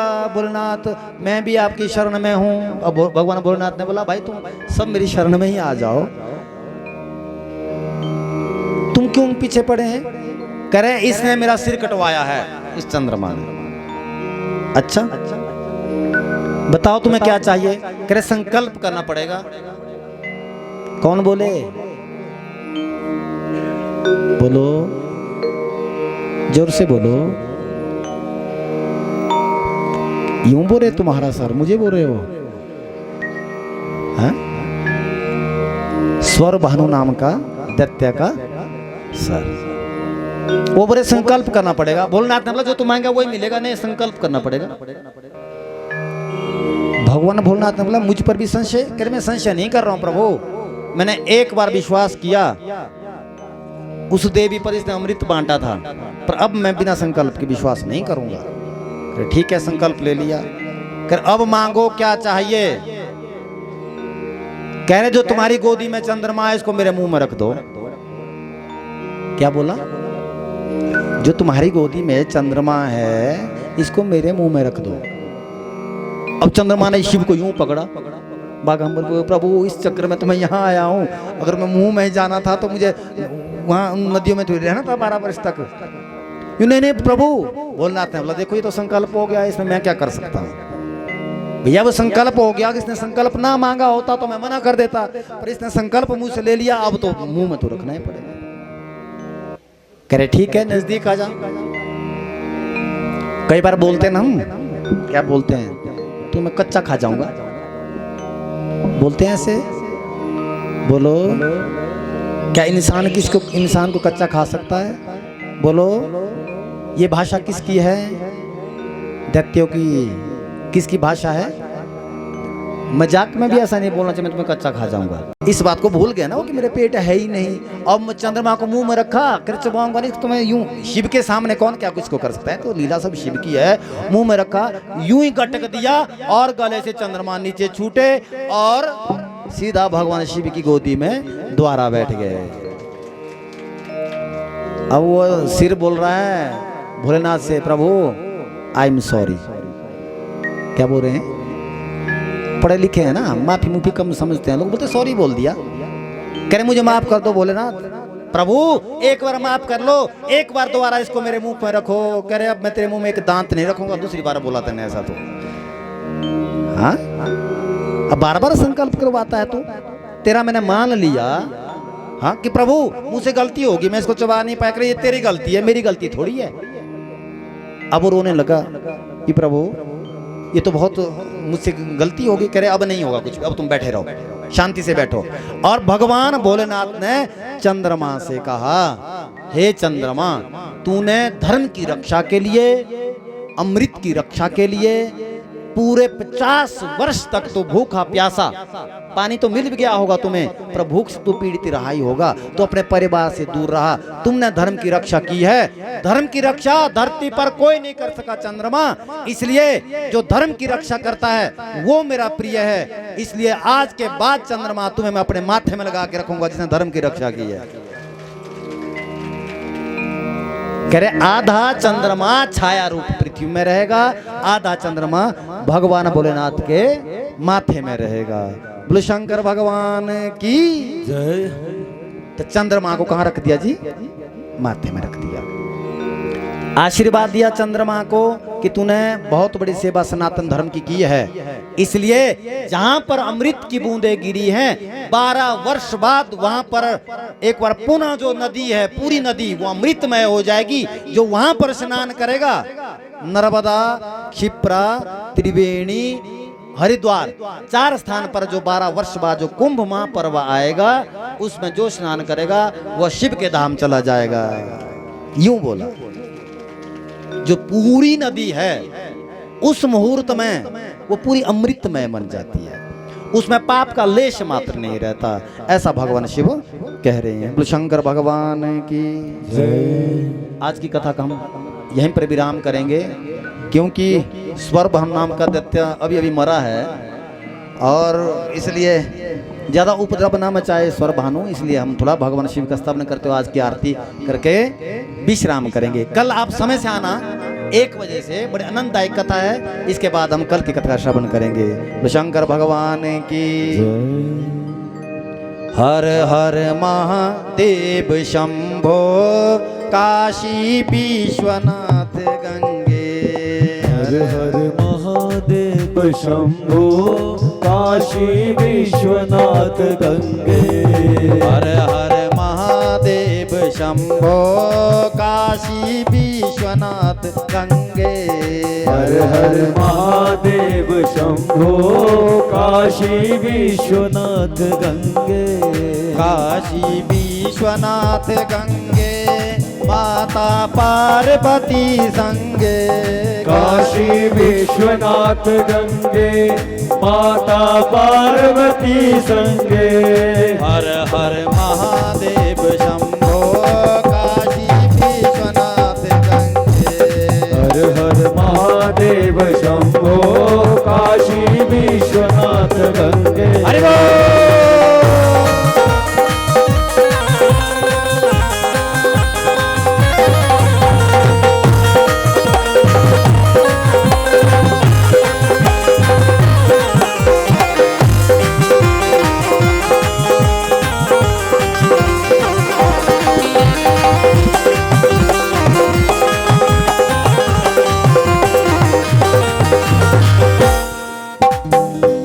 निरंजन निराकार साकार बने अर्धान।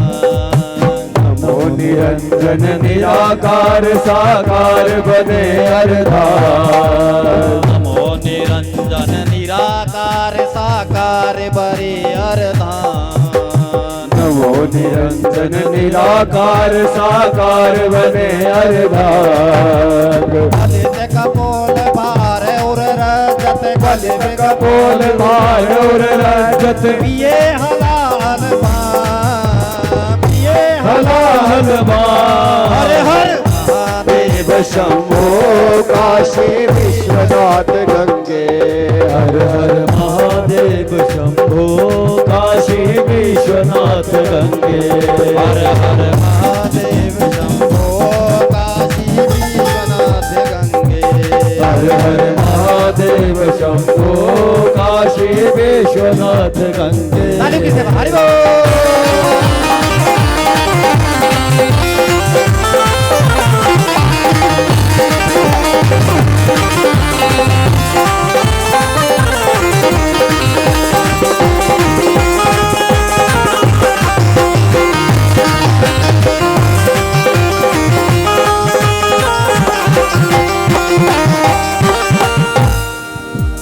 जतने बीज में गंगा नाचे नाचे भुजग भुजंगा जतन बीच में गंगा नाचे नाचे भुजग भुजंगा जतन बीज में गंगा नाचे नाचे भुजग भुजंगा जतन बीच में गंगा नाचे नाचे भुजग भुजंगा अपनी धुन में गणपति नाचे अपनी धुन में गणपति नाचे अपनी धुन में गणपति नाचे अपनी धुन में गणपति नाचे नाचे रिधि सिद्धि संगा हर हर महादेव शंभो हर हर महादेव शंभो काशी विश्वनाथ गंगे हरि बोल।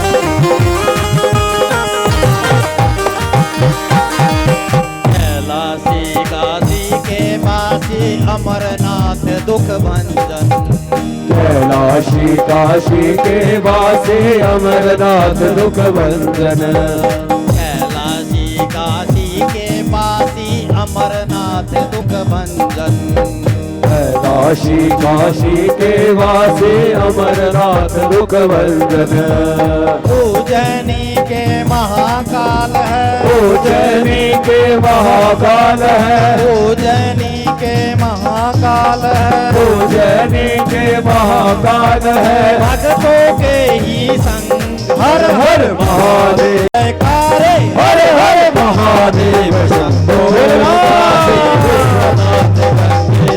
हर हर महादेव शंभो काशी विश्वनाथ गंगे हर हर महादेव शंभो काशी विश्वनाथ गंगे हर हर महादेव शंभो काशी विश्वनाथ गंगे हर हर महादेव शंभो काशी विश्वनाथ विश्वनाथ गंगे विश्वनाथ गंगे काशी विश्वनाथ भगवान की जय हो। शिव महापुराण की जय हो। सोमेश्वर महादेव की जय हो। आज के आनंद की जय हो। नमः पार्वती पतये हर हर महादेव शंभो हर हर महादेव शंभो हर हर महादेव शंभो